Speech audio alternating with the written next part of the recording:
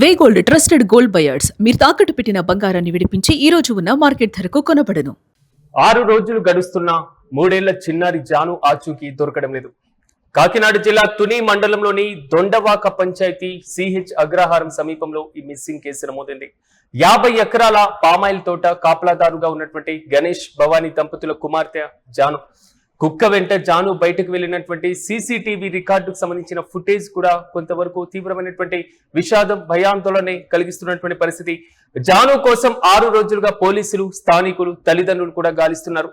చుట్టూ అటవీ ప్రాంతం, కొండ ప్రాంతాలు ఉండడంతో పాప ఆచూకీ కనిపెట్టడం కష్టతరంగా మారినటువంటి పరిస్థితి.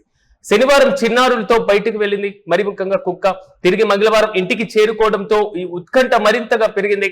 కుక్కకు జీపీఎస్ ట్రాకర్ అమర్చి అడవిలో విడిచిపెట్టి దానిని అనుసరిస్తూ కూడా ఆచూకీని పొందేటువంటి ప్రయత్నం చేస్తున్నారు.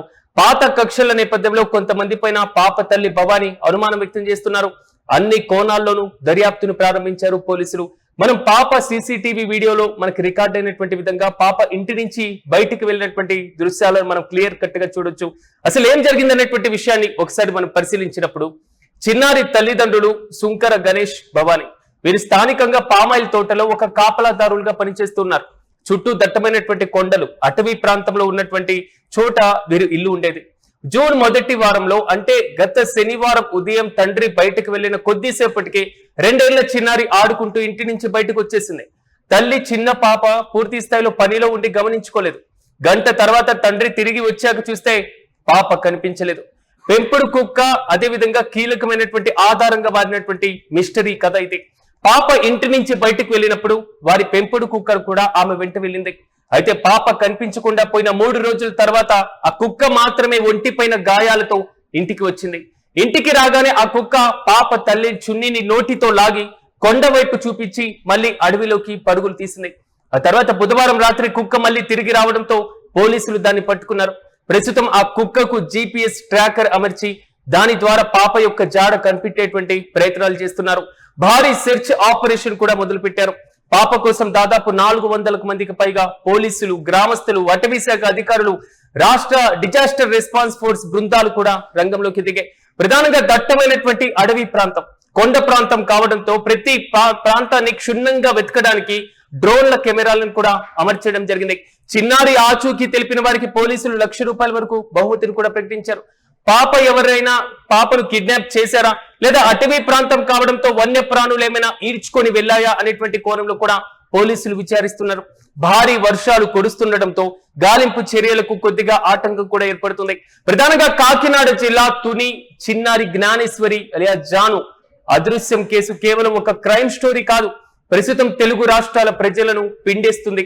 ఈ ఘటన చూస్తూ ఉన్నటువంటి వారికి భావోద్వేగాలు, ఆ కుటుంబం అనుభవిస్తున్నటువంటి నరకం మాటల్లో చెప్పలేనిది.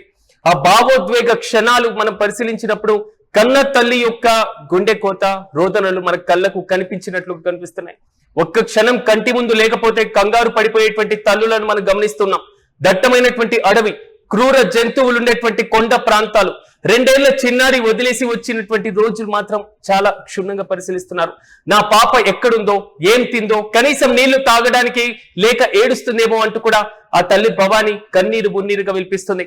ఆ తల్లి అరుపులు, ఏడుపులు చూసి అక్కడ ఉన్నటువంటి వారందరూ కూడా గాలింపు చర్యలు చేపడుతున్నారు. పోలీసులు కూడా కళ్ళు కూడా చెమగిలుతున్నాయి. ఒకసారి మూగజీవి యొక్క కథను కూడా మనం గమనించినప్పుడు అందరికీ భావోద్వేగానికి గురి చేసేటువంటిది పెంపుడు కుక్కే. పాపతో పాటు వెళ్ళినటువంటి ఆ కుక్క ఒళ్ళంతా గాయాలతో 3 రోజుల తర్వాత ఇంటికి వచ్చింది. రాగానే అది ప్రవర్తించినటువంటి తీరు అందరికీ సాధారణంగా కనిపించదు. అది ఇంటికి రాగానే తోక ఊపలేదు, అన్నం కోసం రాలేదు, నేరుగా వెళ్లి పాప యొక్క తల్లి చున్ని నోటితో లాగి పట్టుకొని వెనక్కి లాగేటువంటి ప్రయత్నం చేసింది. కొండవైపు చూస్తూ వింతగా అరుస్తూ నాతో రండి, పాప అక్కడే ఉంది అని సైగ చేస్తున్నట్లుగా ఆ కుక్క ప్రవర్తించింది. మనుషుల కంటే మూగజీవాలే పాపను కాపాడడానికి శాయశక్తుల ప్రయత్నించి గాయపడిందనేటువంటి విషయం కూడా అక్కడ స్థానికులకి మరింత కలవరం రేపుతుంది. క్షణం క్షణం నరకాన్ని అనుభవిస్తున్నారు ఆ తల్లి, తండ్రి, అదేవిధంగా కుటుంబం. ఒక్క 5 నిమిషాలు నేను అక్కడ ఆలస్యంగా వెళ్ళుంటే బాగుండేదేమో, లేదా పాపని నాతో పాటు తీసుకుని వెళ్ళుంటే బాగుండేదేమో అని ఆ పాప యొక్క తండ్రి తీవ్రమైనటువంటి గిల్టీగా ఫీల్ అవుతున్నారు. కుటుంబ సభ్యులంతా తిండి నిద్ర మానేసి పిచ్చెక్కినట్లు కొండల్లో, పొదల్లో, చెట్లల్లో, అడవుల్లో వెతుకుతున్నారు. ప్రతి రోజు రాత్రి అవుతుందంటే అడవిలో చీకటిని చూసి వారి గుండెలు భయంతో రెట్టింపోతున్నటువంటి పరిస్థితులు మనం చూస్తున్నాం. గ్రామస్తులు, నెటిజన్లు అందరూ కూడా ప్రార్థనలు చేస్తున్నారు సోషల్ మీడియా వేదికగా. ఈ ఒక్క వార్త మాత్రం భావోద్వేగానికి గురి చేస్తుంది అనేటువంటి విషయం. ఆ తల్లి కడుపు కోత చూడలేకపోతున్నాం. భగవంతుడా, ఆ చిన్నారిని సురక్షితంగా తల్లి ఒడికి చేర్చు అంటూ కూడా వేలాది మంది ప్రార్థనలు చేస్తున్నారు. నెటిజన్లు కూడా కామెంట్ చేస్తున్నారు.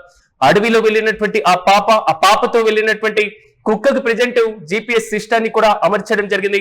ఇప్పుడున్నటువంటి టెక్నాలజీని యూజ్ చేసుకుంటూ ఆ కుక్క వెళ్తున్నటువంటి ప్రాంతం వైపు, తోట పరిసర ప్రాంతాల వైపు పోలీసులతో పాటుగా గ్రామస్తులు, ఆ అటవీ ప్రాంతంలో ఉన్నటువంటి వారందరూ కూడా వెంబడిస్తున్నటువంటి వాళ్ళని మనం చూస్తున్నాం.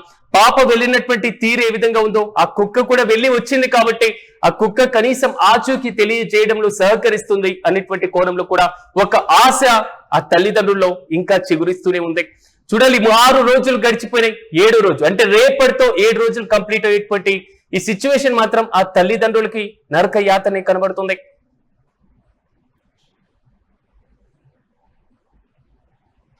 సార్ 12 అయితే దాటింది. 11:50 సార్. అదే సార్ టైం చూసుకోలేదు. 12:20 ఇదంతా ఒక 40 నిమిషాలు 30 నిమిషాలు. 1% కూడా డౌట్ లేదు సార్. అంతా క్లియర్, అంత లేదు. ఏంటండి? లేదు సార్, లేదు, నార్మల్ గా ఉన్నాం సార్. అయితే వచ్చి పిలిచి ఎప్పుడైతే అడిగాడో అప్పటి వరకు తెలియదు సార్ మా పాప మిస్ అయిపోయింది అని. అయితే అనుకున్నా అని ఏమైందిరా అని అడిగితే అలా కొండ అన్నా మీ అమ్మాయి ఏడుతుందంట, ఊర్లో అతనికి కనిపించిందంట, నాతో చెప్పాడు, వచ్చేసి భయపడిపోయాడంట, కుక్క కలబడితే అని నాతో చెప్తే నేను వచ్చాను చూసుకుంటూ వస్తున్నాను అని చెప్పాడు సార్. ఇలాగని చెప్పి అంతలోకి అబ్బాయి కూడా వచ్చి వెతకడానికి మొదలు ఎట్టాను సార్ ఏమైపోయిందని. డిపార్ట్మెంట్ కి చెప్పి అంత అనుకోలేదు సార్. ఎందుకంటే తోటలోనే ఎక్కడైనా ఏ గదిలోనైనా నిద్రైపోయింది కదా, మంచి అండ సార్, నిద్రైపోయి ఉంటది, కుక్క పిల్ల కూడా ఉంది కదా, వచ్చేస్తాదులే అన్నది ఏమేమైనా ఉన్నాం సార్. అప్పుడు ఆ ప్లేస్ చూపిస్తే ఎక్కడే మీ పాప కనిపించింది అని చెప్తే మొత్తం అదంతా కనిపిస్తే అక్కడ కుక్క వెంట్రుకలను మా అమ్మాయి తల వెంట్రుకలు ఉన్నాయి సార్.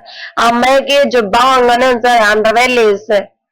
ఉంటే వీళ్ళు ఇలా పై సైడ్ వెళ్తే నేను ఇలా కింద సైడ్ వెళ్ళి ఒకవేళ ఎక్కడైనా ఉన్నదేమో నెతికి బోర్ల దగ్గరికి వెళ్ళాను సార్, ఏమైనా కన్నాలు ఆట ఉన్నాయని. ఏమీ లేదు సార్, అలా ఉన్నాయి అలాగే ఉన్నాయి, మొత్తం చూసాను సార్. మరి ఈ మధ్యలో ఏం జరిగిందో తెలియదు సార్. మొత్తం ఈ ప్రాసెస్ అంతా ఒక 30 నిమిషాల నుంచి 40 నిమిషాల్లోనే జరిగింది సార్. మరి టైం ఎంత ఎగ్జాక్ట్ గా టైం ఎంత అవుతుందో తెలియదు సార్. నేను ఇంట్లో కూర్చుంటే పైనుంచే వచ్చారు సార్ మాకు చెప్పిన అన్ని. అయితే పైనుంచి వచ్చి చెల్లి అని పిలిచి మీ బుజ్జమ్మ ఎక్కడ, మీ పెద్ద బుజ్జమ్మ ఎక్కడ ఉంది అని అడిగారు సార్.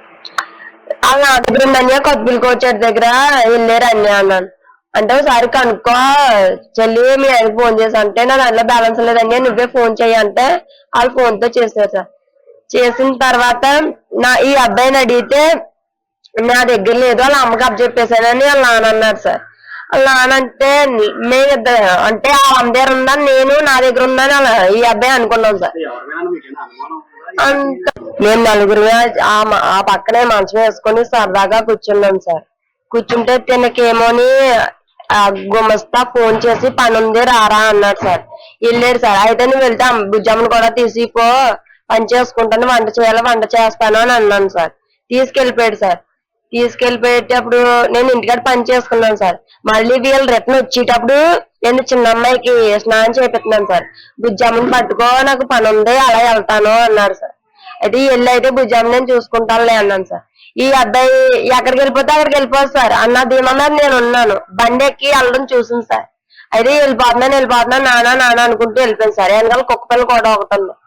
ఇంక చిన్న అమ్మాయి ఎప్పుడైతే పేజీ పెడేసిందో ఇంక ఈ అమ్మాయితో సరిపోయింది సార్ నాకు. ఇంకా అమ్మాయిని చూసుకుని ఇదిలో లేను, ఈ అమ్మాయితో సరిపోయింది. నేను అనుకున్నాను ఇంకెక్కడున్నా అబ్బాయి దగ్గరే ఉంటది కదా, ఉన్నది కదా, ఇంకా ఎప్పుడు ఉంటుంది అదే ఏమైపోద్ది అన్న ఇదిలో ఉన్నాను సార్.